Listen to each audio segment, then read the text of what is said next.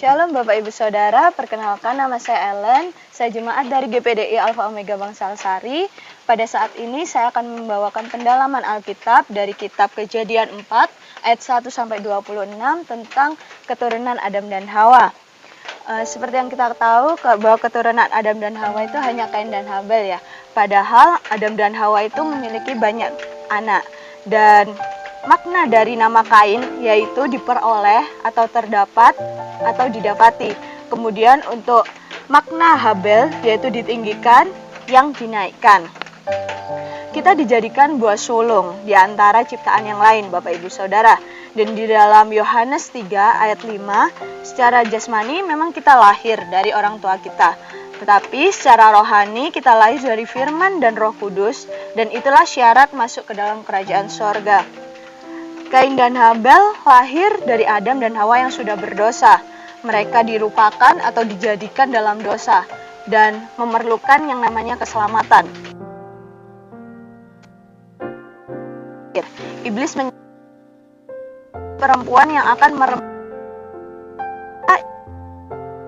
menjatuhkan Kain. Kemudian saya akan membahas di kitab Kejadian 4 ayat 3-7 tentang persembahan Kain dan Habel. Ada 3 hal yaitu yang pertama tempat atau mungkin itu adalah tempat dan pedang. Kedua, ada kesudahan tahun atau tertentu. Kemudian yang ketiga, cara Habel membawa persembahannya itu dengan iman, mengikuti tuntunan Allah, ada korban darah. Di 11 ayat 4 atau kitab yang ke-11. Jadi Habel mengakui bahwa keberadaannya yang berdosa dan lewat Adam dan Hawa. Kemudian Kain membawa persembahannya itu tanpa iman. Tidak ada penumpahan darah juga. Kain menyangkal keberadaannya yang sudah berdosa dan tidak mau menurut kepada jalan Tuhan. Kemudian sifat-sifat persembahan Kain dan Habel. Dahulu persembahan Kain, yaitu yang pertama kurang percaya dan tanpa penumpahan darah. Bisa kita baca dalam kitab Ibrani 9 ayat 22. Kemudian yang kedua, persembahan Kain itu merupakan buah-buahan dari tanah yang dikutuk, hasil perbuatan tangannya sendiri. Kita bisa baca dalam kitab Kisah Para Rasul 17 ayat 24-25. Kemudian persembahan Kain itu sombong, menonjolkan kekuatan sendiri, namun ditolak Tuhan. Kemudian persembahan Habel, yaitu yang pertama, persembahan Habel itu mendengar jalan yang benar dan mengikutinya. Kemudian yang kedua, dengan penumpahan darah sama seperti cara Allah di Taman Eden. Bisa kita baca dalam Imamat 17 ayat 11. Kemudian yang ketiga, korban Habel itu diterima oleh Allah. Jadi lebih baik dengar-dengaran daripada korban. Lebih baik menurut dan taat 100% karena Tuhan Yesus itu melihat hati kita Bapak Ibu Saudara. Kemudian asal Kain itu mau bertobat dan mempersembahkan korban seperti Habel, pasti ia akan diterima oleh Tuhan. Dan Kain akan tetap memerintah adiknya sebagai kakak atau anak sulung. Di sini terlihat bahwa ada kemurahan Allah yang ingin menyadarkan Kain, tapi Kain itu menolak. Ingat, tidak ada yang tersembunyi bagi Allah. Kemudian dalam kitab Kejadian 4 ayat 8, di situ membahas Habel mati syahid. Bangkitlah Kain melawan Habel.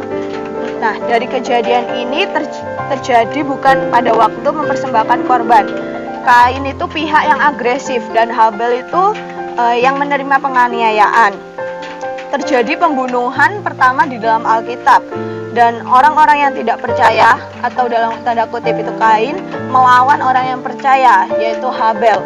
Kemudian kemarahan merupakan benih yang terus tumbuh dan akhirnya berbuah.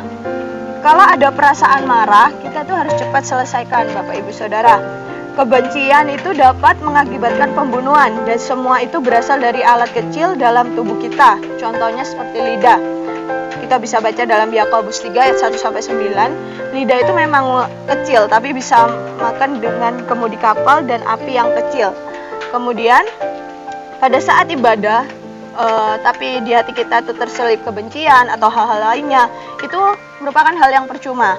Marah itu dosa, dan dosa akan menyebabkan dosa yang lainnya. Kemudian dalam kitab Kejadian 4 ayat 9 sampai 15, yaitu tentang hukuman jatuh kepada Kain. Dalam ayat di Alkitab itu ada kata-kata, "Di mana adikmu?" Ini tuh sama dengan ucapan Allah di Taman Eden, yaitu, "Di manakah engkau?" Sebenarnya Allah itu tahu, tapi Allah mau menyadarkan Kain. Tapi jawaban Kain, dia menjawab, "Tuhan, aku tidak tahu." Kain berdusta untuk menutupi setiap dosa-dosanya, Bapak Ibu Saudara. Dan iblis adalah pembunuh dan pendusta sejak semula. Berarti iblis sudah masuk ke dalam diri Kain, dimulai dari iri hati dan cemburu. Kita itu harus bertanggung jawab atas setiap ucapan dan tindakan yang kita lakukan. Dosa itu tidak dapat disembunyikan.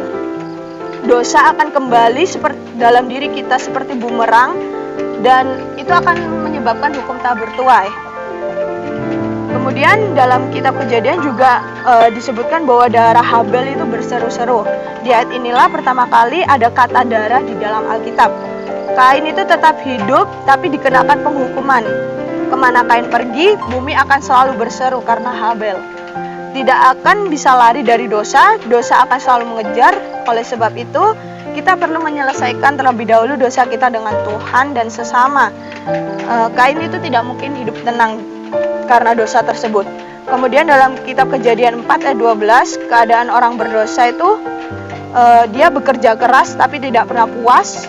Orang berdosa itu selalu mengalami kekosongan dan tidak ada yang namanya kepuasan dalam diri mereka. Dan di dalam kitab Kejadian 4 ayat 13, dosaku lebih dari yang dapat kutanggung, pikulah dosa itu yang sangat berat dan sangat menekan. Kain akui kalau dosa itu berat akibatnya, namun Kain itu tidak minta ampun kepada Allah. Kemudian yang terakhir di kitab Kejadian 4 ayat 14 sampai 15, dalam diri Kain ada tanda dari Tuhan. Kita tidak tahu seperti apa tanda itu, tapi pasti dapat dibaca. Dosa dapat dibaca dari wajah seseorang, karena orang berdosa itu lain dengan orang yang diselamatkan oleh Tuhan. Demikian pendalaman Alkitab yang bisa saya sampaikan. Saya ucapkan terima kasih, Tuhan Yesus memberkati.